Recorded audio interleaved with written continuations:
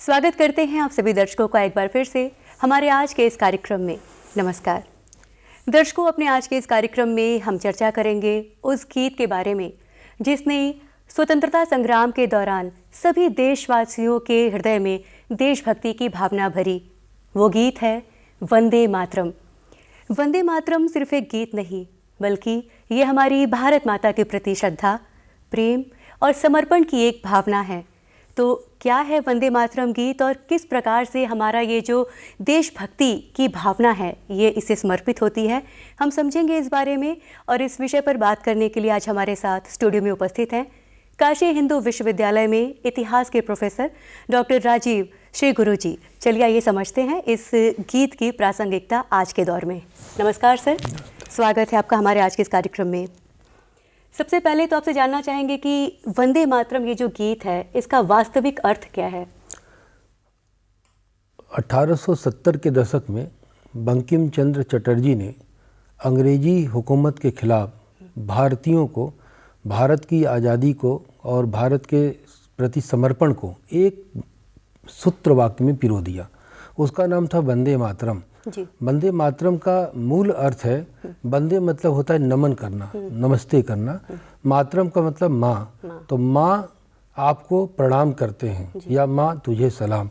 तो अपनी माँ को और मातृभूमि को माँ का दर्जा दिया गया है, भारत को माता माना गया है। तो भारत के प्रति एक सूत्र वाक्य में हम कैसे अपनी बात को समर्पित करेंगे या कैसे कहेंगे? तो वंदे मातरम, उसको बंकिम चंद्र चटर्जी ने इसको लिखा और वंदे मातरम पूरा गीत बना और यही गीत आगे चल कर के देश की आज़ादी का मूल गीत बना। जी, आपने बताया बंकिम चंद्र चटर्जी ने लिखा इसे, तो आप क्या हमें बता सकते हैं क्या ये किसी ग्रंथ से लिया गया है या फिर ऐसे ही? देखिए, 1870 के दशक में बंकिम चंद्र चटर्जी ने इसको लिखा था गीत के रूप में। बाद में उन्होंने एक बहुत प्रसिद्ध उपन्यास लिखा जिसको सन्यासी विद्रोह पर आधारित था और वो उपन्यास था आनंद मठ। और आनंद मठ में 1882 में इस वंदे मातरम गीत को शामिल किया गया। लेकिन तब ये बहुत चर्चे में नहीं आया। ये चर्चे में तब आया जब 1896 में कलकत्ता में कांग्रेस का अधिवेशन हुआ और उस अधिवेशन में रविंद्रनाथ टैगोर ने इस गीत को गाया और उस समय कांग्रेस के अध्यक्ष हुआ करते थे मोहम्मद रहमतुल्लाह सायानी। तो इनकी अध्यक्षता में सदारत में ये गीत गाया गया। उसके बाद से ये गीत बहुत प्रसिद्ध हो गया, लोग इसको जानने लगे और लोगों ने इसको स्वीकार करना शुरू कर दिया। 1896 वो दौर था जब अंग्रेजी हुकूमत का और अंग्रेज़ों के अत्याचार का चरम था और अंग्रेज़ों के अत्याचार से कैसे लड़ा जाए बंकिम चंद्र चटर्जी ने सन्यासी विद्रोह में इसका वर्णन किया था। लोगों ने सन्यासी विद्रोह के उस उपन्यास को, आनंद मठ को अपना आदर्श मान लिया और इस मूल मंत्र को अपना मंत्र बना लिया और एक दूसरे को जोड़ने के लिए, एक दूसरे को गुप्त संदेश देने के लिए, अपनी राष्ट्रभक्ति की भावना को प्रदर्शित करने के लिए, भारत माँ के प्रति समर्पण व्यक्त करने के लिए, भारत के प्रति आस्था व्यक्त करने के लिए, भारत को सर्वोच्च दिखाने के लिए, हीन भावना से मुक्त होने के लिए वंदे मातरम का इस्तेमाल होने लगा। एक बहुत मुश्किल भरा समय हम भारतीयों ने बिताया है, वो जो दौर अभी आपने बताया। तो वो जो स्वतंत्रता सेनानी का जो वो समय था, उस समय में इस वंदे मातरम गीत की भूमिका किस तरह से उपयोगी रही? देखिए, सबसे ज़्यादा वंदे मातरम का जो उपयोग हुआ वो उपयोग इस तरह से हुआ कि जब भी देश के लिए कोई आंदोलन शुरू हुआ और इसका जो सबसे बड़ा प्रभाव हमको दिखाई दिया वो 1905 में जब लॉर्ड कर्जन ने बंग भंग किया, बंगाल का विभाजन किया। उस समय पूरा देश विरोध कर रहा था और उसका ताल्लुकात बनारस से था। बनारस में गोपाल कृष्ण गोखले ने बनारस में गोपाल कृष्ण गोखले के सदारत में, अध्यक्षता में कांग्रेस का अधिवेशन हुआ और इस वंदे मातरम गीत को गाया गया और वंदे मातरम गीत को राष्ट्रगीत का दर्जा दे दिया गया।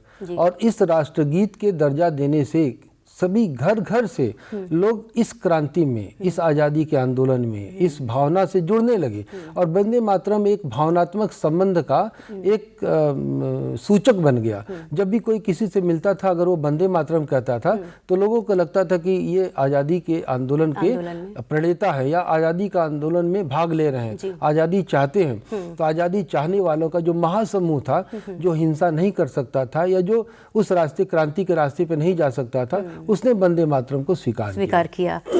और आज के इस वर्तमान समय में ये जो हमारी पीढ़ी है, जो हम कह सकते हैं कि एक तरह से ये जो बच्चे या फिर टीन एज में जो है, उन सभी को ये इस वंदे मातरम गीत का महत्व हम किस तरह से समझा सकते हैं? देखिए, भारतीय संस्कृति और भारतीय संस्कार है अपने माँ के प्रति सम्मान, नारी के प्रति सम्मान और मातृभूमि के प्रति सम्मान। तो अगर हम अपनी मातृभूमि के प्रति सम्मान व्यक्त करना चाहते हैं तो वंदे मातरम कह देने मात्र से हम समस्त भारत के समस्त जो अभी की छवि है उसको हम प्रदर्शित करते हैं। वंदे मातरम के पूरे गीत में अगर आप देखेंगी तो उसमें सुजलाम सुफलाम मलयज शीतलाम, ये सारा वर्णन उसके प्रकृति का है, पेड़ पौधों का है, खूबसूरती का है, सुंदरता का है, चंद्रमा का है, नदियों का है। तो सब समग्र भारत का एक सूत्र वाक्य में हम क्या कह के हम लोगों को व्यक्त करेंगे? तो वंदे मातरम।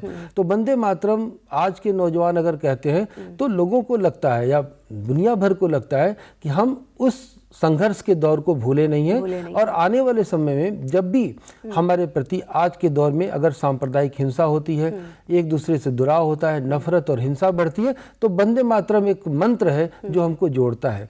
चाहे कटक से लेकर अटक तक, चाहे आज पूरे अखंड भारत में भारत का जो भी स्थान होगा, कोई भी व्यक्ति अगर वंदे मातरम कहेगा तो उसका हृदय से हृदय जुड़ जाता है। जब हम जाति भेद भाषा इस तरह से अगर हम कहीं भेद पाते हैं तो उस भेद को मिटाने के लिए वंदे मातरम है। चाहे संघर्ष किसी भी जाति हो, किसी भी धर्म का हो, किसी भी क्षेत्र का हो, तो वंदे मातरम उसको पाटता है। तो बड़ी से बड़ी खाई पाटने के लिए वंदे मातरम एक सूत्र वाक्य है, एक मंत्र है और आज़ादी का ही मंत्र नहीं है, आज के लोगों की संवेदना को जोड़ने का मंत्र है, अपने मातृभूमि के प्रति सम्मान व्यक्त करने का मंत्र है। और जो भारतीयों के अंदर अंग्रेजों के समय में हीन भावना से जो भारतीय ग्रसित थे, इतिहास को हीन बता दिया, धर्मशास्त्रों को हीन बता दिया, संस्कृति को हीन बता दिया, उसमें लोगों ने जो आत्मगौरव था, स्वाभिमान था, तो भारत के स्वाभिमान को, जन जन के स्वाभिमान को, गरीब हो, पीड़ित हो, दलित हो, उसके स्वाभिमान को व्यक्त करने के लिए एक संदेश देना था कि वंदे मातरम अगर कह दिया तो हमने अपने स्वाभिमान को व्यक्त कर दिया।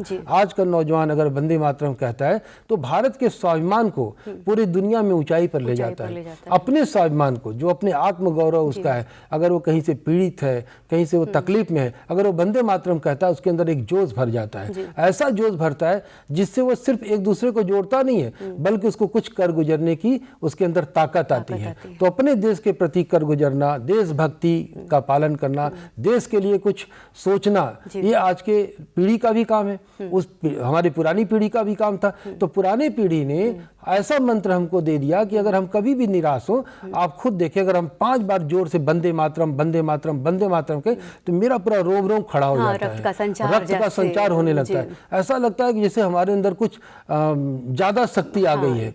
तो अत्यधिक शक्ति अर्जित करने के लिए, और इसको एक चीज और बता दें कि शक्ति का, ज्ञान का और समृद्धि का प्रतीक माना गया है वंदे मातरम को, और भारत माता को इसी तरह से व्यक्त किया गया है। जो हमारी पीड़ित मानवता हो, हमारी पीड़ित भारत माता हो, किसी तरह से अगर ग्रसित है तो ऐसे में वंदे मातरम हमारे लिए सांस की तरह काम करता है, हमारे रक्त संचार की तरह काम करता है। अगर हम जिंदा हैं, हमारे अंदर संस्कार है, भारत की संस्कृति है, भारत की महान विरासत है, हमारे पूर्वजों की महान विरासत और राष्ट्रभक्ति है, तो हम वंदे मातरम कहने से हमारे अंदर गौरव का बोध होगा, गर्व का बोध होगा। और इस गर्व के बोध के साथ, आत्मस्वाभिमान के साथ, भारत के स्वाभिमान के साथ, भारत की संस्कृति के साथ अगर हमें जिंदा रहना है, जीवित रहना है और दुनिया पे परचम लहराना है तो वंदे मातरम कहना ही होगा, कहना ही होगा।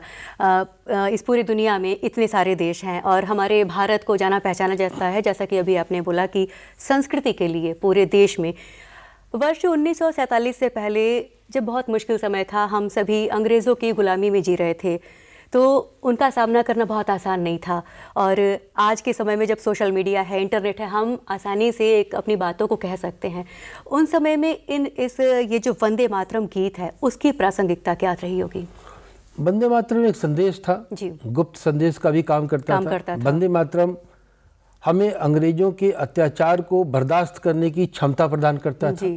पंडित चंद्रशेखर आज़ाद इसी वाराणसी में, बनारस में, उन्होंने अपने पीठ पर कोड़े खाए थे और सिर्फ वंदे मातरम कहा था। अधिकांश नौजवान जो उसमें क्रांति में भाग ले रहे थे वो वंदे मातरम कहते हुए फांसी पर झूल गए। तो वंदे मातरम प्रेरणा देता था अपनी कुर्बानी देने के लिए। वंदे मातरम एक संवेदना का प्रतीक था, एक शक्ति का प्रतीक था, एक राष्ट्रभक्ति का प्रतीक था।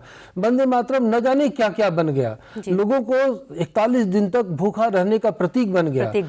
नेताजी सुभाष चंद्र बोस को आर्मी गठित करने के लिए प्रेरणा बन गया। रविन्द्रनाथ टैगोर को दुनिया भर में प्रचारित और प्रसारित करने के लिए प्रेरित किया। बंकिम चंद्र चटर्जी ने ऐसा मंत्र दे दिया जिसकी जो अकाट्य था, चाहे इसको जिस तरह से लोगों ने लिया उसको उस तरह से सहयोग किया। एक उदाहरण के तौर पर, अगर बच्चा अपने परीक्षा में उस जमाने में फेल होता था या उसको निराशा होती थी तो उसके पिता उसको कहते थे बेटा वंदे मातरम कहो। लोग भक्ति करते थे तो वंदे मातरम कहते थे, मिलते थे अपने जुलूस में, अपने सभाओं में, अपने बैठकों में लोग वंदे मातरम गाने लगे। तो क्या ऐसा लोगों के हृदय में आ गया?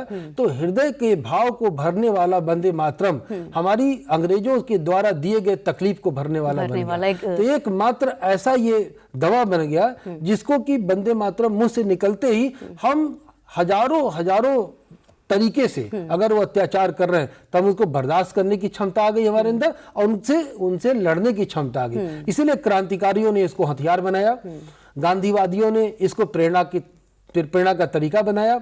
आम भारतीय जिनका कि बहुत मतलब नहीं था लेकिन वो भी चाहते थे कि देश आजाद हो, हमारा मुल्क आजाद हो, वो भले वो अंग्रेजी सरकार में नौकरी करते थे लेकिन गुप्त रूप से मिलते थे तो कहते थे वंदे मातरम, यानी वो स्वीकार्यता थी। और वंदे मातरम जैसा अभी पूरी दुनिया में 2030 में जब पूरी दुनिया के 7000 गीतों का मूल्यांकन हुआ कि सबसे ज्यादा प्रभावशाली गीत कौन है, तो प्रथम 10 में से ये दूसरे नंबर पर गीत आया। पूरे दुनिया के सभी द्वीपों के गीतों को मिला दिया जाए तो आप समझ सकते हैं कि वंदे मातरम भारतीयों के हृदय में जो जोश भरने वाला, हमारे शरीर में रक्त संचार करने वाला और अप्रवासी भारतीयों को हमसे जोड़ने वाला, भारत से कनेक्ट करने वाला और भारत भूमि को बार बार याद दिलाने वाला वंदे मातरम। कुछ समय पहले अभी हमारे माननीय प्रधानमंत्री श्री नरेंद्र मोदी जी ने अपने मन की बात कार्यक्रम में वंदे मातरम गीत की प्रासंगिकता के बारे में भी बताया और वंदे मातरम गीत को लेकर ही पूरे देश में कई प्रकार के कार्यक्रम भी चलाए। तो इसके बारे में भी कुछ बताइए हमारे दर्शकों को। वंदे मातरम का जब अभियान चला, जैसे जब भी कभी वंदे मातरम की चर्चा होती है, अभी 100 साल पूरा हुआ तो जगह जगह कार्यक्रम हुए। हम ऐसे सैकड़ों कार्यक्रम में हमको जाने का अवसर मिला जहां पर कि मुस्लिम महिलाएं, नकाबपोश मुस्लिम महिलाएं तिरंगे के साथ वंदे मातरम गा रही थी। तो वो कभी अपने जो पुराने, जैसे हमने पहले ही जिक्र कर दिया कि 1896 में मोहम्मद रहीमतुल्लाह सयानी साहब कांग्रेस के अध्यक्ष थे, उन्होंने वंदे मातरम गाना कांग्रेस के अधिवेशनों में अनिवार्य कर दिया। उसके बाद ये गाया जाने लगा। 1905 में तो बड़ा विद्रोह हो गया और वंदे मातरम एक प्रतीक बन गया।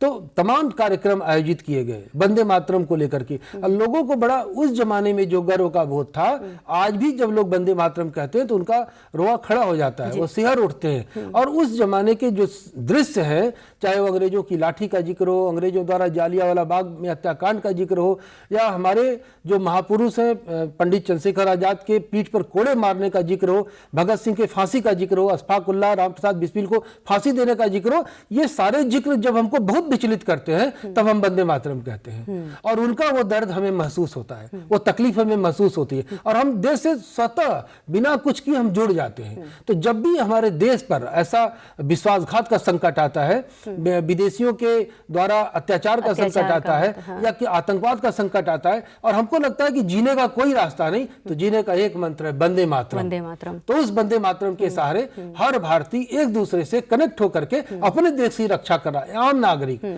ये सैनिकों की बात नहीं, जो सैनिक हैं वो भी वंदे मातरम कहते हैं, भारत माता की जय कहते हैं। आम नागरिकों में, जन जन में अगर कोई सबसे ज्यादा प्रिय गीत है तो वंदे मातरम है। और इस वंदे मातरम के सहारे हम अपने देश की रक्षा ही नहीं करते, हम अपने देश के द्वारा किए गए कार्यों को पूरी दुनिया में सर्वोच्च देखने के आदी बन चुके हैं। उसका कारण वंदे मातरम है। और हमारे शहर बनारस की भी बहुत सारी जड़ें जुड़ी हुई हैं स्वतंत्रता संग्राम से। कुछ ऐसा हमें बताइए हमारे दर्शकों को कि जो आपको मालूम है, फिर आप जो भी हमारे दर्शकों को बताना चाहते हैं। बनारस में तो 1905 में कांग्रेस का अधिवेशन हुआ है, सबसे बड़ा वंदे मातरम से जुड़ा। यहीं से बनारस ने वंदे मातरम को राष्ट्रगीत का दर्जा दिया, बनारस ने दिया था। तो बनारस में ही ये फैसला हुआ कांग्रेस के अधिवेशन में कि इसको राष्ट्रगीत का दर्जा दिया। आज भी वो राष्ट्रीय गीत हमारा है। सचिन नाथ सान्याल से लेकर के काकोरी कांड तक जितने भी क्रांतिकारी बनारस से प्रेरणा लेकर के जो क्रांतिकारी बने, उन्होंने वंदे मातरम को अपना मंत्र बना लिया। उनके अंदर हिम्मत कहाँ से आई? एक 23 साल के नौजवान के अंदर इतनी हिम्मत कहाँ से आ गई कि वो फांसी पे चढ़ जाए? एक मात्र 16 साल के लड़के के अंदर इतनी हिम्मत कहाँ से आ गई कि वो अपने पीठ पर वो कोड़े खा रहा है? तो वंदे मातरम उसकी देन थी। तो बनारस पूरे संस्कृति का, क्रांतिकारियों का और क्रांति का उद्गम स्थल रहा है। तो बनारस ने संस्कृति के साथ, इसलिए हमने अशिष्टता नहीं की, हमने लड़ाई लड़ी, 100 साल तक लड़ाई लड़ी, लेकिन हमारे लड़ाई के ऊपर या हमारे ऊपर प्रश्न चिन्ह नहीं खड़ा होता है, क्योंकि हम अपनी मातृभूमि की रक्षा के लिए लड़ रहे थे। आज पूरी दुनिया में जहां जहां कहीं भी भारतीय रह रहे हों, अगर वो वंदे मातरम को सुनते हैं तो उनका हृदय भर जाता है। उनको लगता है कि हम सहज रूप से अपने देश से हम संपर्क कर रहे हैं, अपने देश के बारे में हम जान रहे हैं। और वंदे मातरम का जब पूरा पैरा आप पढ़ती हैं, पूरा चीज को जानती हैं, तो उसको एक एक चीज का, हर आदमी को अपने गांव की नदी का, अपने गांव के पेड़ पौधों का, अपने गांव के पहाड़ों का, प्रकृति का, हरियाली का एकदम सहज याद आने लगता है। तो मातृभूमि से जोड़ने का इससे बड़ा मंत्र क्या हो सकता है? तो दर्शकों, आज के इस कार्यक्रम में हमने जाना कि ये जो वंदे मातरम, जो एक सिर्फ गीत नहीं है, आज भी जब हम वंदे मातरम का उद्घोष करते हैं तो शरीर में जैसे ऊर्जा का संचार होता है। तो आपसे सिर्फ यही संदेश कहना चाहेंगे कि जिस तरह से हम एक मुश्किल समय से, अंग्रेज़ों की गुलामी से निकल कर बाहर आए हैं और आज हम इतने आगे बढ़ चुके हैं, तो आज का ये जो वर्तमान समय में ये जो परिवेश है, आप सभी के सहभागिता से, आप सभी के प्रेम से इस देश सेवा में अपना अपना सभी लोग योगदान करें। और बहुत लंबा परिश्रम हुआ है, कठिन समय बीता है, लोगों ने अपनी ज़िंदगियां गंवाई हैं इस आज़ादी को पाने के लिए। तो आपसे बस यही अनुरोध है कि उसे समझें, उस पल को समझें और अपने देश को प्रति पल आगे बढ़ाने में अपना योगदान दें। तो सर, आपका बहुत बहुत धन्यवाद करना चाहेंगे। आज वंदे मातरम गीत के बारे में आपने हमें इतनी अच्छी बात बताई। बहुत बहुत धन्यवाद सर। नमस्कार। मिलेंगे आपसे किसी और कार्यक्रम में, तब तक के लिए नमस्कार। वंदे मातरम। जय हिंद।